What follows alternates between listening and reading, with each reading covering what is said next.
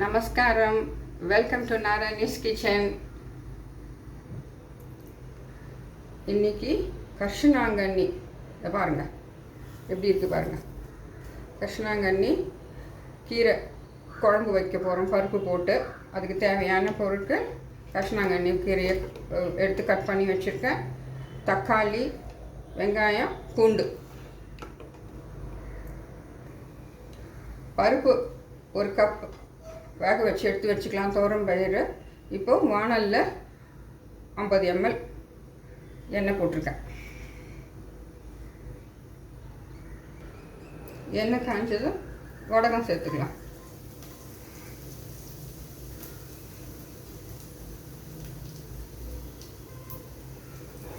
பூண்டு போட்டுக்கலாம்.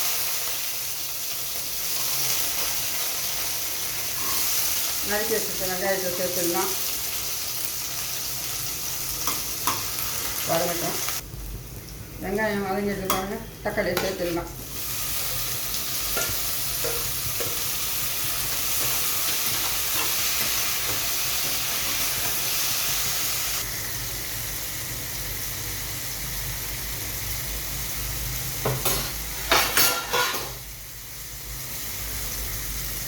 இப்போ நறுக்கி வச்சிருக்கிற கீரையை இது கூட சேர்த்துடலாம்.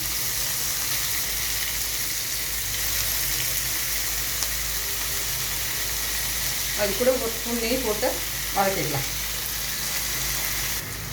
கீரை வதங்கிடுது. ஒரு ஸ்பூன் உப்பு சேர்த்துக்கலாம்.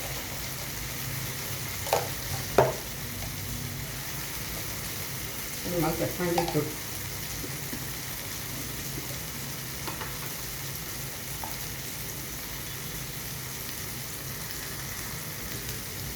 பெருங்காயத்தை சேர்த்துக்கலாம்.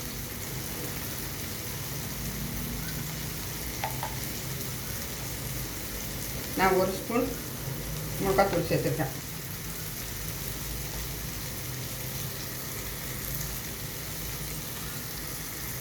காரம் கொஞ்சம் கூட வேண்டுமா கொஞ்சம் கூட சேர்த்து. இப்போ வதங்கிடுது. ஒரு கப் பயிர் வேக வச்சு வச்சுருந்தீங்களா, கொஞ்சம் மஞ்சள் தூள் போட்டு வேக வச்சுருந்தீங்களா, அதை இது கூட சேர்த்துக்கலாம்.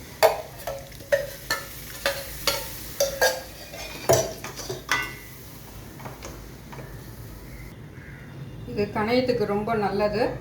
பேங்க்ரியாஸ் என்று சொல்லும் இங்கிலீஷ் வார்த்தையில் பேங்க்ரியாஸ். இதில் இந்த சுரபியில் இன்சுலின் நிறைய சுரக்கணுன்றதுலாம் இந்த கீரையை போட்டு பயிர் போட்டு தாளித்து சாப்பிட்லாம். துவையல் செஞ்சு சாப்பிடலாம். ரொம்ப நல்லது. குழம்பு ரெடியாகிடுது. சூடான சாதத்தில் நெய் போட்டு இந்த குழம்பு போட்டு சாப்பிட்டு பாருங்கள்.